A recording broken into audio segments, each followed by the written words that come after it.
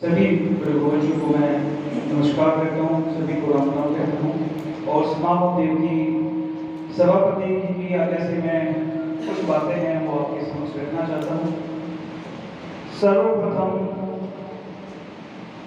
जो श्रीमान रवि जी को जो भार्गव युवा संघ के अध्यक्ष महोदय हैं, उनकी अगुवाई के अंदर जो उन्होंने बीड़ा उठाया था कि मैं अपने इस युवा संघ के कार्यकाल के अंदर मैं समाज के सामने एक स्टेडियम के रूप में, एक ग्राउंड के रूप में मैं आपको एक ऐसा उपहार देना चाहूँगा जो आने वाली हमारे जो समाज की पीढ़ियाँ हैं, जो बच्चे हैं, वो उसमें अपना क्रिकेट के माध्यम से अपना भविष्य भी बना सकते हैं और युवाओं को एक नई दिशा भी प्रदान कर सकते हैं। तो सबसे पहले मैं बीकेएफ की तरफ से श्रीमान रवि जी को तो बहुत बहुत धन्यवाद करता हूँ कि उन्होंने क्रिकेट के लिए, हमारे समाज के लिए एक क्रिकेट ग्राउंड का उन्होंने एक सामने प्रस्तुत किया है। तो सबसे पहले इन्होंने जो ये कार्य किया है, ये फ्रंट लीड में होकर बहुत अच्छा कार्य इनके द्वारा हुआ है। ये कोई छोटा मोटा कार्य नहीं है। आप अगले स्टेडियम निर्माण को लेकर इतना बड़ा प्रेशर अपने पर मत लेके आइए कि भाई हमें करना क्या है, किस प्रकार से करना है। तो कुछ मेरे सुझाव है वो मैं आपके समक्ष रखना चाहता हूँ। देखो, अभी वो वहाँ पर जमीन वगैरह आपने ग्राउंड की ये जो खरीदी है, तो उस पे हम अगर पिच तैयार करवा के, जरूरी नहीं है, जैसे हमारे कई सदस्यों ने भी पहले कहा था कि जरूरी नहीं है कि उसके ऊपर चारदीवारी करवाई जाए या उसको कवर किया जाए।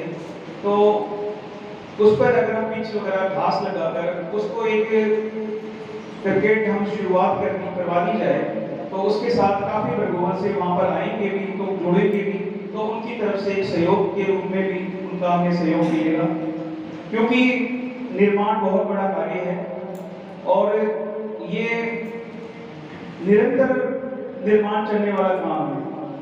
एक कंप्लीट अगर हम सोचते हैं कि स्टेडियम का निर्माण कर देंगे 2 साल, 3 साल, 4 साल, तो वो कर सकते हैं, लेकिन अगर हम समाज के द्वारा पूरा हम सहयोग लें तो ये काफी जल्दी कार्य हो सकता है। जैसे मुकेश भाई जी ने हमें एक बात की थी कि क्यों ना बीकेएफ का टूर्नामेंट करवा दिया जाए।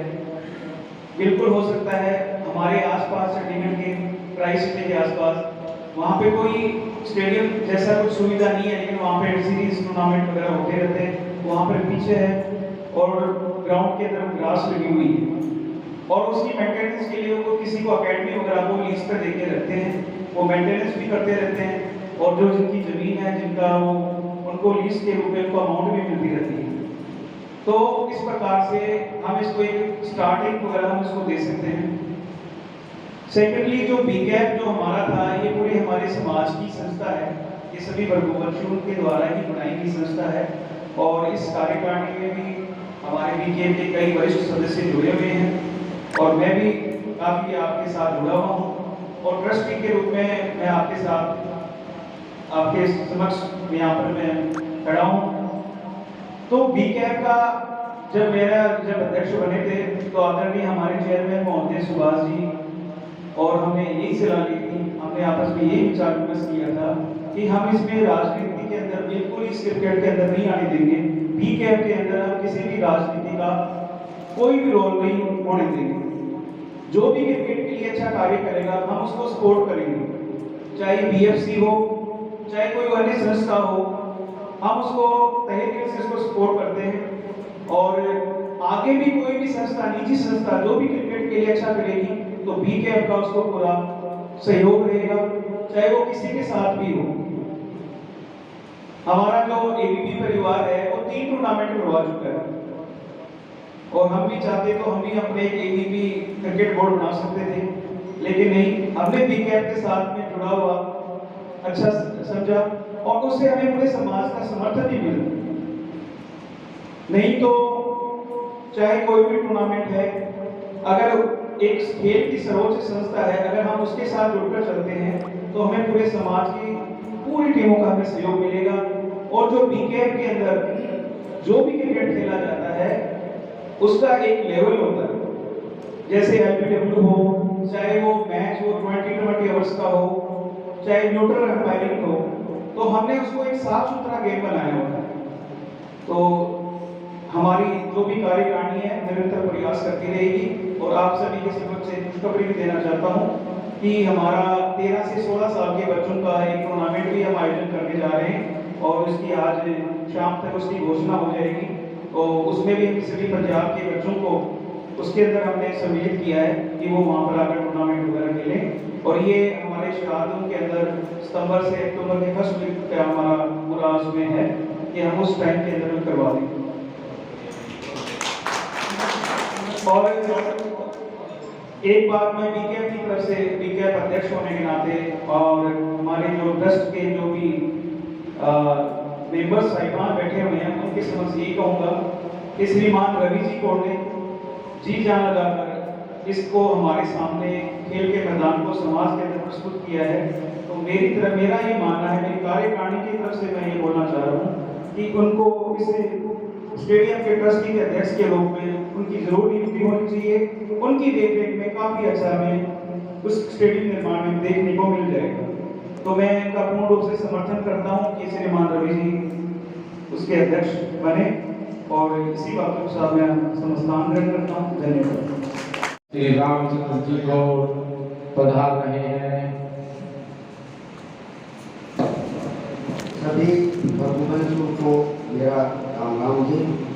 और मेरे शब्द थोड़े टेढ़े होते हैं, इसको बुरा लगे तो माफी चाहूँगा, पर मैं कम बोलता हूँ। जब मैं बोलता हूँ तो मेरा एक सिस्टम है, जो सच है जो मुझ पे आ गया वो मैं कह देता हूँ कि ये जो जब अपना युवा संघ बना था उस दिन जो लोहागढ़ में हुआ वो मुझे नहीं पता।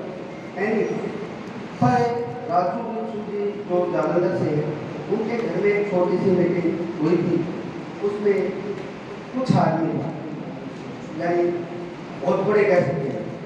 और मैंने मेरा शौक मेरी इच्छा आज भी है कल भी है, मेरे को क्रिकेट खेलना नहीं आता, मेरे बड़े बेटे को क्रिकेट खेलना नहीं आता, छोटा बेटा है उसको शौक, पर क्रिकेट खिलाड़ियों के साथ मैं दिल से मन। और मेरी भावना एक है कि आज से कुछ सालों पहले 1984 में इंदिरा गांधी प्रधानमंत्री बनी और उसकी सोच थी कि मैं यहाँ से बदमाशी खत्म करूँ। चलो मृत्यु हर एक की होती है, पर जितने टाइम वो रही उसकी राजनीति और उसका ऑर्डर आज भी दुनिया याद करती है। तो मैं ये चाहता हूँ दोस्तों कि हम 70 आदमी 72 आदमी जितने हैं, एक ऐसा कुछ कर जाओ कि हमें दुनिया याद करे, हमारा समाज याद करे। और हमारे समाज में जो रोज रोज का झगड़ा होता है कि हम ये कर दे वो कर दे, कुर्सी को चिपक के बैठना हमें शौक नहीं है, हमें कुर्सी से मतलब नहीं है। हमें मतलब यह है कि समाज आए, जो काम हम करना चाहते हैं वो दिल से करें। इसमें झगड़ा नाम की चीज मत छोड़ो। मैं मर जाऊंगा कल, हो सकता है आप और आपके बाद भी कोई और आ जाएगा, झगड़ा नाम की चीज इसमें खत्म कर दो। मैं रोज समाज में जाता हूँ और रोज देखता हूँ वहाँ टांग बजेगी, वहाँ लाठी बजेगी, वहाँ बहाट होगी। क्यों? सिर्फ 17 आदमियों की कोई कमी आएगी तभी ना। तो झगड़े वाला काम इसमें खत्म कर दो। जो संजीव जी ने बातें कही हैं, जो मामा जी ने बातें कही हैं, जो प्रधान जी ने कहा है, मैं उनके साथ हूँ। लेकिन इस झगड़े को खत्म करो कि अध्यक्ष जो बनेगा आगे से वो पर्ची के द्वारा, जो ट्रस्टी बन चुके हैं वो बन चुके हैं, आगे कोई ट्रस्टी नहीं सहयोग करता, बहुत 500 बन जाए। बाकी ये मेरा आपके साथ सहमति के साथ है और मेरा सुझाव है, मेरा कोई आपके पास जरूरी नहीं है, मानो आपकी इच्छा है, मैं तो मेरे दिल की बात करूँगा।